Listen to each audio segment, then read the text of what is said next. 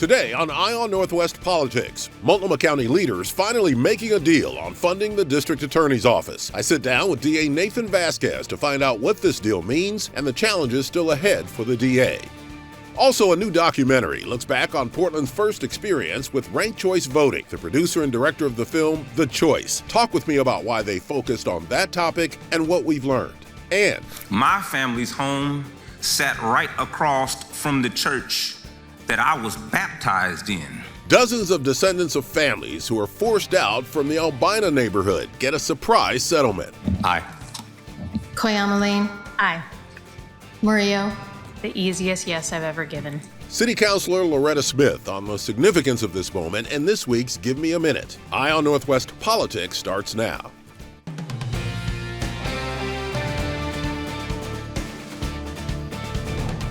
Thanks for joining us. This is Eye on Northwest Politics. I'm Ken Boddy.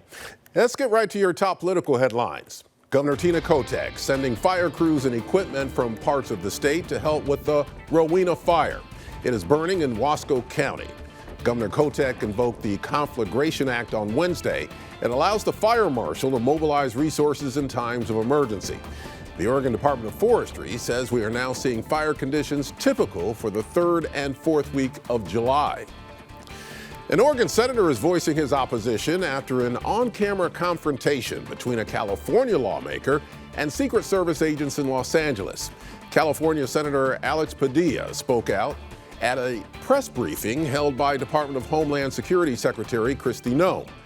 Agents pulled him out of the room and then brought him to the ground and handcuffed him. Is about not wanting to hear about any voice of dissent. You know, our Constitution is based on the freedom of assembly and the freedom of speech and the freedom to petition your government with grievances. And that was exactly what he's doing. He has a grievance.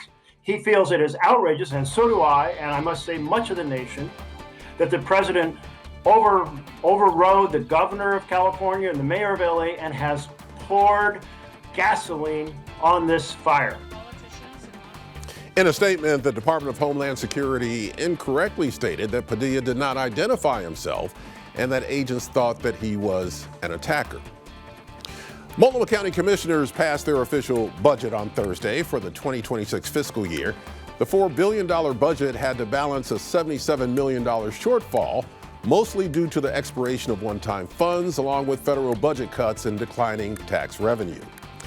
The final budget did include a $290,000 cut to the DA's office, but that cut is not as deep as the chair's budget originally proposed.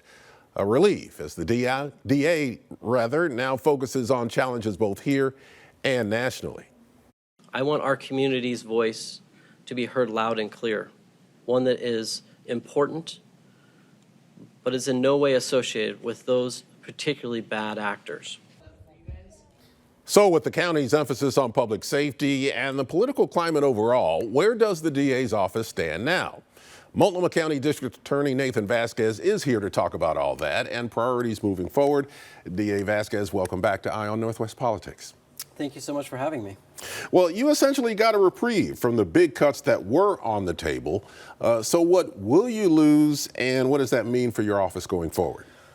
Well, sadly, there was one of our it's both a popular and very impactful position. It was our North MAPS deputy, our neighborhood deputy, who works with community members on everything from reducing, barriers, such as fines and fees and expungements, to really tackling some of the really most challenging issues that face our neighborhoods.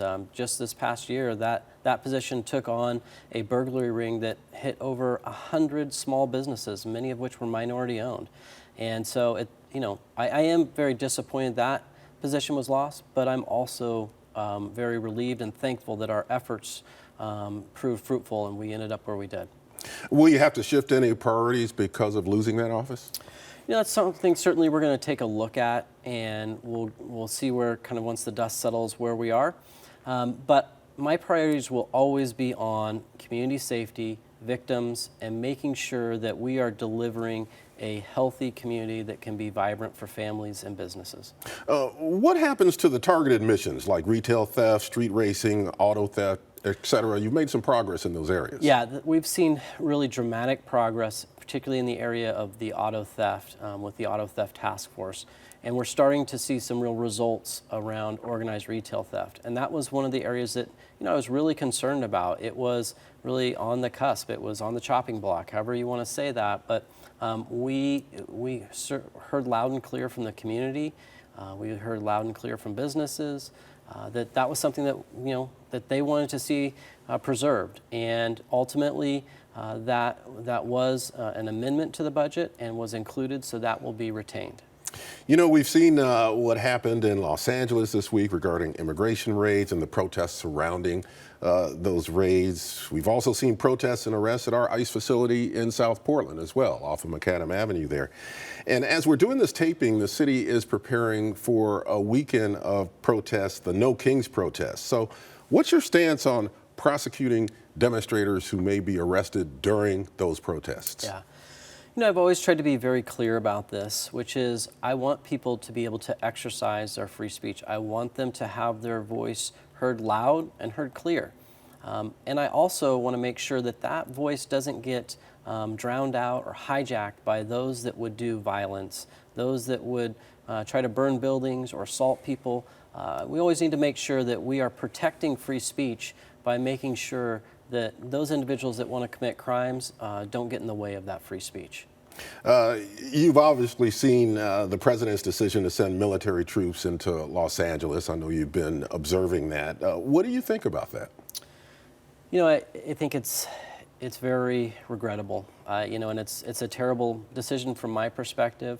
I believe that our local authorities should be allowed to take care of our local communities. We are here certainly in Portland. We know our community well. When you hear from our chief of police and our mayor, they're deeply connected with our community. But we also are in a position where we do an excellent job of handling these challenges that come up. And this is something that we really want to avoid. I think we are here to say we want our community members to be able to have their free speech, and we're going to make sure that they do it in a peaceful manner. Portland and Multnomah County has always been a target, especially since 2020, of the president's, ire. Mm-hmm. So how does Multnomah County being a sanctuary jurisdiction, Portland being a sanctuary city, affect how you do your job, especially in this political climate? Well, there's the one side of it, which is that, we're not going to take any actions that impede kind of the actions of federal agents. But at the same time, we're not going to help them. That's not what this community wants. They are clear about that. This is a sanctuary community. But my job is a very particular role. I have to be very balanced and even-handed in the application of the law. And what I've always said is, it doesn't matter if you lean left, right, or center. If you break the law, I'm going to prosecute you. And that's just the job of being a prosecutor. I want to talk about something a little more local. We've got a couple minutes here. Since you took office in January, Multnomah County has established deflection services for drug-related crimes through the Coordinated Care Pathway Center. Is it working? And from your opinion, where are we on the issue of deflection for drug offenders? It continues to evolve, and I'm one that believes it needs to evolve some more. We are seeing some really good examples of law enforcement buy-in where they're starting to really bring folks to the deflection center. I really want to make sure, though, that they are being fully connected with treatment and that it's meaningful.